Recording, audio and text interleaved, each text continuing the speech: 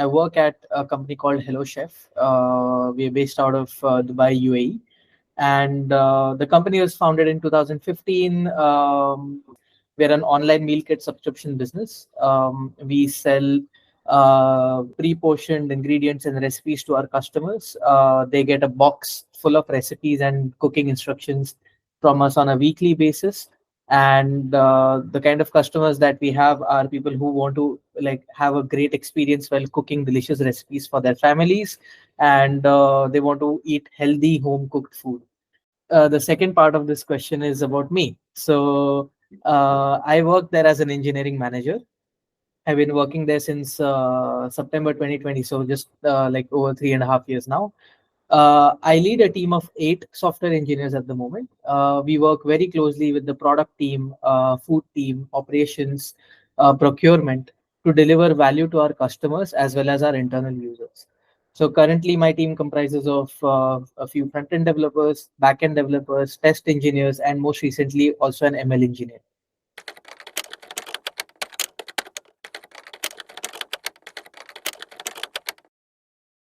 Value that we provide to our customers is variety. And when you say you have variety, you can't have the same recipe every single week. Right? So every recipe has a rule that it can't appear on a menu 12 weeks since it was last published on a menu. That means we have to have a large bank of recipes, right? Because you can't repeat a recipe for 12 weeks. So literally, if you look at the last 12 weeks of Hello Chef, you'll see 28 different recipes. So 28 into 12 is literally the kind of variety we need to have. But we don't say okay, that's the minimum. We are always pushing the envelope. We always want new recipes for our customers. So there's a large bank of recipes that are getting updated frequently, and as you can imagine, every recipe has different kind of ingredients, different quantity of ingredients. So we need to procure a large variety of ingredients from our supplier every single week. This means we have to make sure that we receive ingredients from our suppliers as close to the customer's delivery day as possible. So if your box is getting delivered to you today, that means just yesterday evening we received those ingredients from our suppliers, or yesterday morning. And if we don't, that means we can't deliver fresh ingredients to you. So it's very important for us that we make it happen. Um, Now we need to get the ingredients in the exact quantity that we need and on the right time. So anything lower than that will result in customer dissatisfaction. Anything higher than that will result in food wastage, which we also don't want to do. We want our customers appreciate that we pre-portion ingredients for them so that they can avoid wastage. But that also means we can't be wasteful in how we procure ingredients from our suppliers. Now, as the business has been growing, we felt the need to improve our internal processes to continue offering this high quality of product as the scale becomes bigger and bigger. So with this in mind, things such as food cost, menu variety, recipe uptake, these are important aspect of our business. They need to be handled well. So in comes Manjeet. Manjeet is the head of data analytics department at HelloChef, and he starts developing some machine learning models to streamline these processes. And he developed a couple of models on his, trusty Jupyter notebook. He, once the hypothesis was proven and the desired accuracy in his eyes was reached, uh, he handed over those notebooks to my team to integrate with our services. He came to us one day and said, "Hey, I developed this model. Now we need to use this model for forecasts." I'm like, okay, how do we do that? Because none of us really understood what he was doing, but we had to integrate it somehow in our systems. After sitting down with him, trying to understand the code, we somehow managed to tweak it a little bit, did some cleanup, and ran those models in a Kubernetes cluster. Somehow, I don't know, but somehow we made it happen. But modifying these models was a huge pain, and I also understood that this is just the beginning. More models are going to be developed in the near future, and well, we have like close to 9 models already at this point. So I knew back then that we had to do something. So um, this is why, and obviously we didn't have those expertise in house. We had this huge gap where on the one side we have data analytics and data science, and on one hand we have a bunch of software engineers who know nothing about machine learning.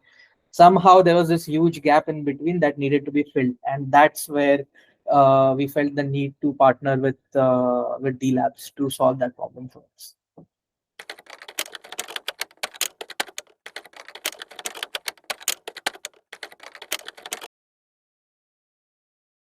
So in terms of ways of working, I expected us all to work cohesively as one team and not have a client vendor kind of a relationship between us.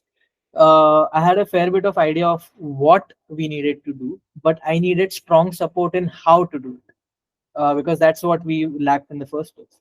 So I expected D Lab's team to have the necessary skill sets in that area, especially those that we didn't have. I expected honest and timely feedback from you all, and you guys did the needful. So thanks for that.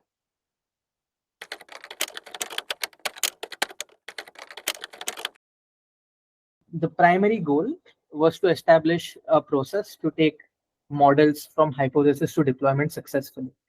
Um, while I was researching ML ops and ML engineering, I came across this very interesting stat that I won't really forget. I think there was this study conducted by Gartner across various organizations across the globe. And the teams that they surveyed, the data that came from that was 87% of the models that like the hypothesis is done for do not ever make it into production.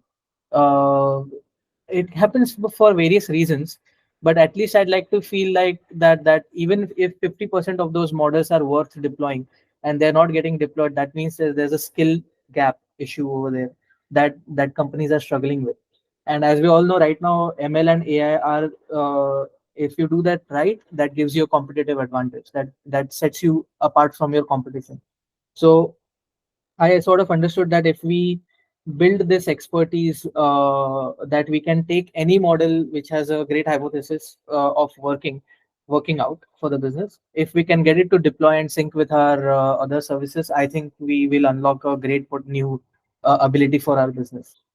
Second was to drastically improve the code quality of our machine learning models and the machine learning web services that we had developed, because I felt like they were not following the best practices, obviously because of lack of skill set, and we wanted to develop that. So the third was to simplify the deployment workflow. It's one thing to develop something; it's another beast completely to deploy it successfully in production and to take less time to do so. So that was like simplification of the deployment workflow. The CI/CD pipeline was the third one, and lastly was to train ourselves with machine learning engineering and ML ops.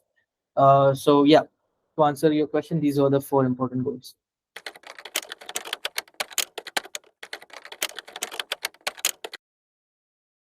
I will evaluate based on how we achieved our goals, the goals I just mentioned, and the level of satisfaction within the team. Is there like, we wanted to do the right thing, but we wanted to also do it right.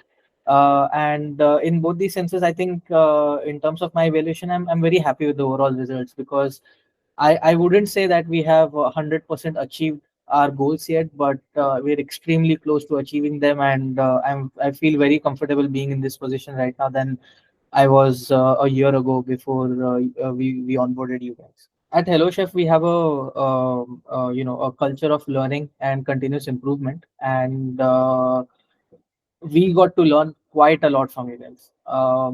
Some things that looked difficult at the beginning, with your support, we made them happen. One of those was, you remember we had a separate PHP based web service that was talking to the database that was being used by the machine learning models, which were being run separately of course in Python through cron jobs that were controlled by Kubernetes. The architecture was quite complex, and I frankly I knew I needed to have a unified system that did everything consistently, because it was breaking a lot of design patterns for us. But I didn't know how to do that. It looked a little difficult, but then it was simplified after you guys started working on it. That's one of the examples. Then a Jupyter notebook that is training the model and then running inference and doing outputting results at the end. Whatever happens in between, we don't know where it is breaking and stuff like that. So getting that observability and separating model running from training, these were some of the things that were difficult for us in the beginning, but you made it simple. You made it happen. And aside from all the technical work, I also appreciate the help we got in terms of project management and documentation. I think, uh, uh, you know, across the entire engineering department, if one team I can point out has the best documentation, it's the MLT.